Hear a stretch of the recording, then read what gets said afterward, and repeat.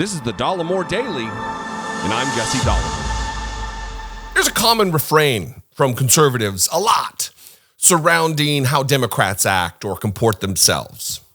A lot of, are you triggered? Are you a snowflake? I mean, Daily Wire sells mugs that you can drink coffee out of that say leftist tears on them. Which is just hilarious because last night, in the wake of the news that Donald Trump was the first current or former president to be indicted for crimes in a 34-page, reportedly, 34-count indictment, a lot of tears were shed from Republicans. A lot. Some cases, maybe literal tears were shed. I'm just going to give you just a few instances of some reaction from the right because it is full-blown conniption fit. On Fox News, on Newsmax, on OAN. If you're on Twitter, that's really all it is right now, is a collective freak out in the wake of Donald Trump's indictment. Let's start with what is happening here. Let's start with Lindsey Graham on Fox News.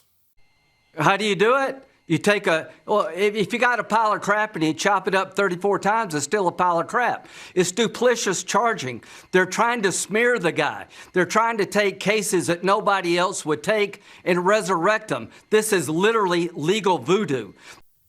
Literally legal voodoo.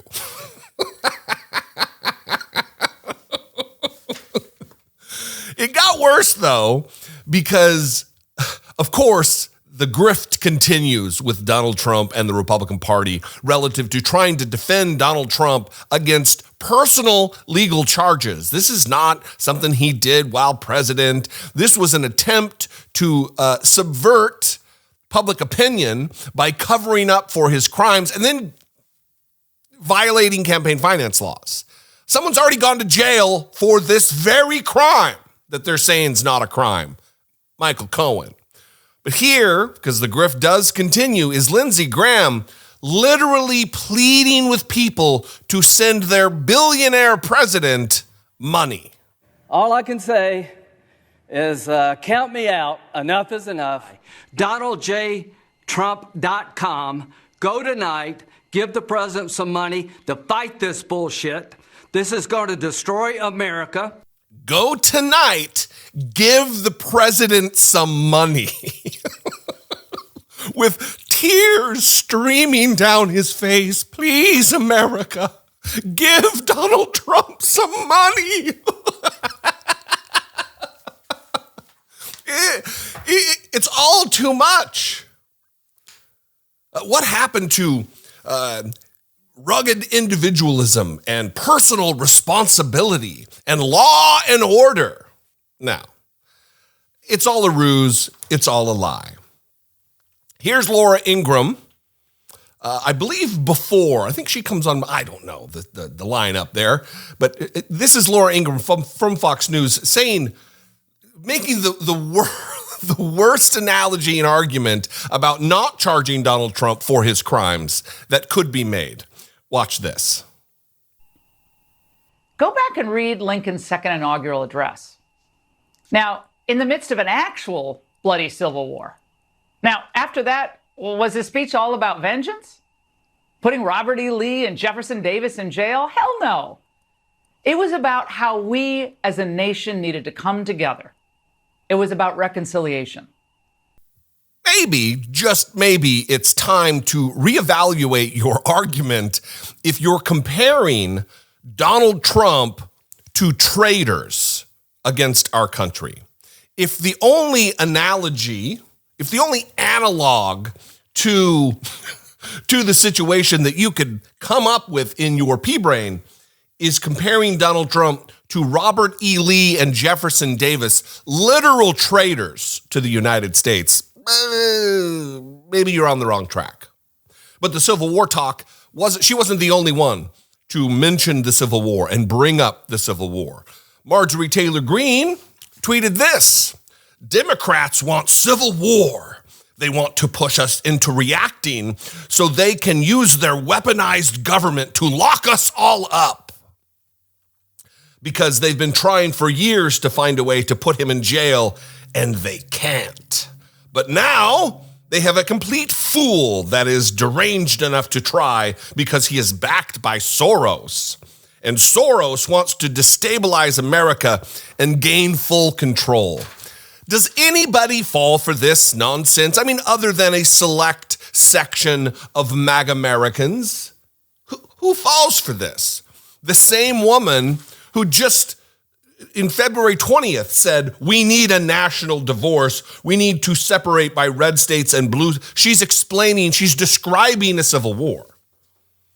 She's describing a secession, a division, a split in the Union.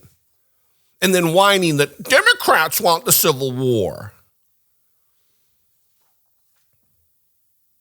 Speaking of war, I really put these together in order. They're all flowing. It's like a natural segue. Charlie Kirk compared this day, yesterday, the day that it was announced that Donald Trump was indicted for his crimes, and compared it to what FDR described as a day that will live in infamy, Pearl Harbor. Watch this. With us is Mike Davis from the Article 3 Project. He joins our conversation. Mike, welcome. Mike, how should we think about this? Are we ever going back? Is this a, quote, day that will live in infamy? Is this a legal Pearl Harbor? And if I'm being hyperbolic, correct me. Mike, your thoughts. No, this is absolutely crossing the Rubicon. Mike Lee, a dipshit in his own right, but tell me if I'm being hyperbolic to call this a legal Pearl Harbor, a day where nearly 2,400 American service members were killed in a brutal attack. This indictment of Donald Trump, consequences for his wrongdoing, his crimes, is like Pearl Harbor.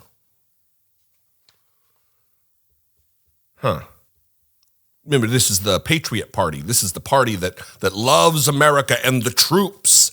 Yet, how quickly we forget about what actual tragedies have taken place relative to the losses of military life. You're going to compare Donald Trump's situation to Pearl Harbor.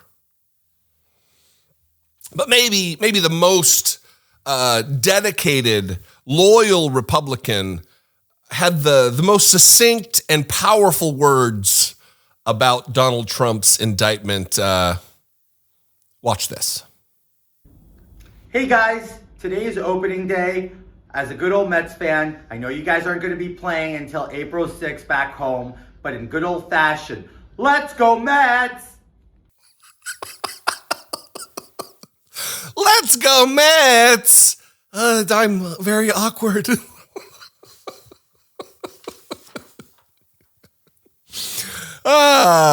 What a way to enter the weekend. What a great way to be in a good mood. My spirits are buoyed.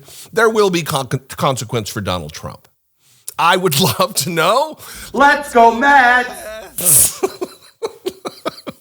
What do you think? You can call. First, you can leave comments. Let's game that algorithm.